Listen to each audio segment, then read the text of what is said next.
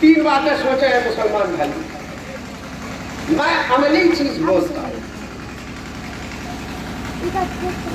हज, ज़कात, तौहीद, रोजा कौन लेके आया?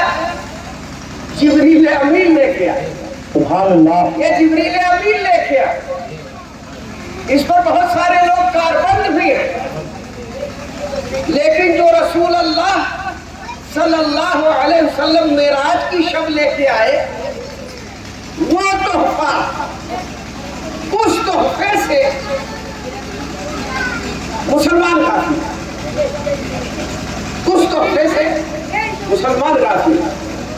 जब सरकार अल्लाह से मुलाकात के बाद चलने लगे तो अल्लाह ने आपको 50 वक्त की नमाज अता फरमाई। नजर आना है वो अल्लाह के रसूल, तो 50 वक्त आके हजरत ईसा अलैहिस्सलाम ने कहा नहीं इतना नहीं पढ़ पाएंगे, हम जानते हैं इस उम्मत को, तो आपके बाद दीगरे 5-5 वक्त कम करता रहा अल्लाह, यहाँ तक कि 5 वक्त रह गया।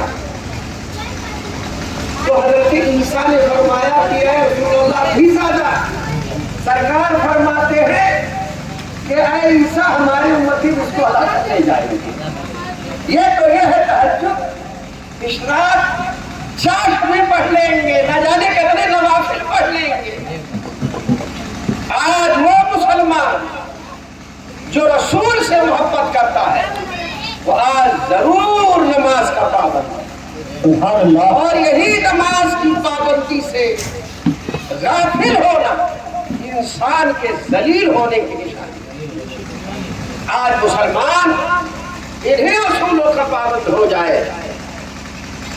अरे अभी इंग्लैंड में रिसर्च हुआ है कि जिसको नींद ना आती हो वो हाथ मुंह पैर धुल ले 2-4 मरतबा दिन में, तो उसको नींद अच्छी आ जाए। आप देखो कि आपके रसूल ने 5 वक्त हाथ पैर धुलने का हुक्म दिया।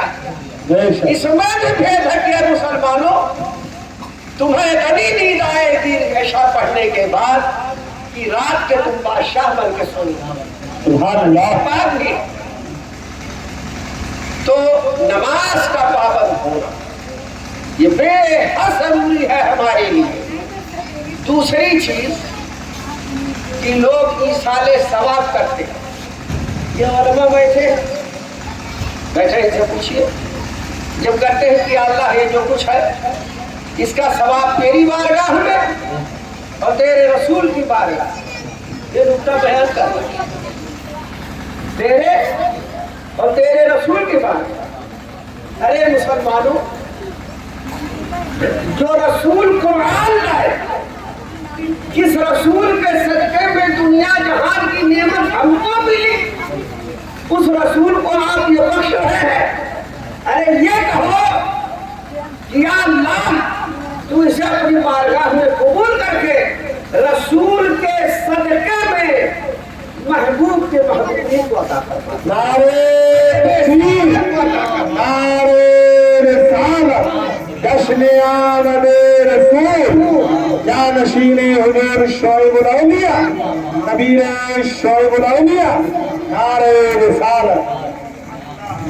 एक बात और अर्ज करके हमारी आवाज बैठी है, रोज तकरीर कर रहा था मुख्तलिफ जगहों पर, बहुत दवा खाया लेकिन खुली नहीं। अल्लाह जाने के बाद इसको खोलेगा आवाज को। मैं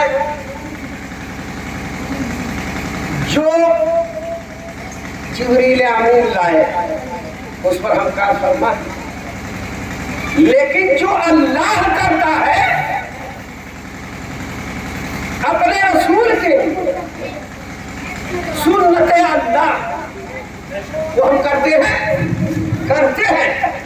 कौन करता है? उस शाह के रसूल अल्लाह करते हैं, के रसूल करते हैं। अल्लाह इरशाद फरमाता है कि ऐ लोगों, तुम मैं अपने रसूल पर दुरूद भेजता भेजता हूँ। सुभान अल्लाह। मेरे मलाइका दुरूद भेजते हैं, यहाँ तक कि तुम भी मेरे रसूल पर दुरूद भेजो। सुभान अल्लाह। तो अल्लाह क्या करता है, अपने रसूल पर दुरूद भेजता है। नमाज पढ़ोगे, तुम्हारे अंदर रिया पैदा होगी, और कुछ नेक काम करोगे, उसमें दिखावा पैदा होगा। लेकिन जब रसूल पर दुरूद पढ़ोगे तो उसके लिए यकीन कामिल है कि वो दुरूद अल्लाह के रसूल की बारगाह में और रब की बारगाह में मकबूल बारगाह है। सुभान अल्लाह, सुभान अल्लाह। एक शख्स है, हदीस शरीफ में यही बयान करके मैं जहूर बाबा को माइक दूंगा। एक शख्स है कि वो शख्स, उसके आमाल में कुछ नहीं, सरकार जलवाफरोज होंगे महशर में, नफसी नफसी का आलम होगा। एक शख्स को आमाल में कुछ नहीं होगा, आमाल में कुछ भी नहीं होगा। अल्लाह को फरमाएगा कि इसे जहन्नम की तरफ ले जाओ। अल्लाह के रसूल कुछ दूर चलने के बाद फरिश्तों को आवाज देंगे कि उसको ले आओ, उसको रिकाब को ले आओ किसी मीज़ान पर, उसको उसके अमल को तोलो। तो फरिश्ते ये नहीं कहेंगे कि या रसूल अल्लाह हम तौल चुके, इसमें कुछ नहीं है। फरिश्ते कहेंगे फिर तौल देते हैं या रसूल अल्लाह। जैसे वो रखेंगे उसके अमल कुछ नहीं होंगे। अल्लाह के रसूल अपने दामने करम से वो एक बार दुरूद रसूल पढ़े होगा, उसी दुरूद रसूल को उसी पलड़े पर रख देंगे और कहेंगे कि अब देखो मीज़ान पर उसके नेकी का पल्ला भारी हो जाएगा। वो फरिश्ते हैरान हो जाएंगे, या रसूल अल्लाह क्या चीज आपने रखी? कहा ये नेक कुछ नहीं किया है नेकी, लेकिन एक बार इसने चलते फिरते मेरे ऊपर दुरूद पढ़ दिया था, आज उसी दुरूद के सत्ते में इसे जन्नत नसीब हो सका। नारे तकबीर, नारे रिसालत, जश्न आमद रसूल, फैज़ान औलिया इकराम, जानशीन हुजूर शोएबुल औलिया, नबीर शोएबुल औलिया, नारे रिसालत। वैसे तो हर नेकी अल्लाह के बारगाह में मकबूल बारगाह है, लेकिन अल्लाह के रसूल का जश्न मनाना, उसका जिक्र करना, जब जिक्र उनका खुदा कर रहा, और सुनो खुदा ही नहीं, रसूल की आमद पर हजरत जिब्रील अमीन, फरिश्तेगान इलाहिया सब अल्लाह के रसूल का खैर मकदम करने के लिए आने थे, जहां याद खड़े थे। सुभान अल्लाह। आप तशरीफ लाए, आपकी वालिदा फरमाती है कि आज बच्चा पैदा होता है किसी का तो उसके माँ के सामने अंधेरा छा जाता है, लेकिन हजरत आमिना फरमाती है कि मैं जब आका तशरीफ लाए तो मैंने मक्का से फारस के किले के पूरे को मैंने देख लिया। सुभान अल्लाह। इतनी रोशनी हुई। और सुनो, अल्लाह के रसूल ने जब दुनिया जमीन के ऊपर थे तो ऊपर वालों को रोशन किया, और जब कब्र अनवर पर गए तो अपने मोहब्बत करने वालों के लिए नीचे की जमीन उसके लिए रोशन कर दी। सुभान अल्लाह। शर्त यह है कि अपने दिल की कड़ी को, अपने दिल की उस तार को रसूल अल्लाह के कदम ना से जोड़े। सुभान अल्लाह। ज्यादा से ज्यादा दुरूद पढ़ो, और इसी दुरूद के सत्ते में तुम सब हम सब बख्शे जाएंगे। इसके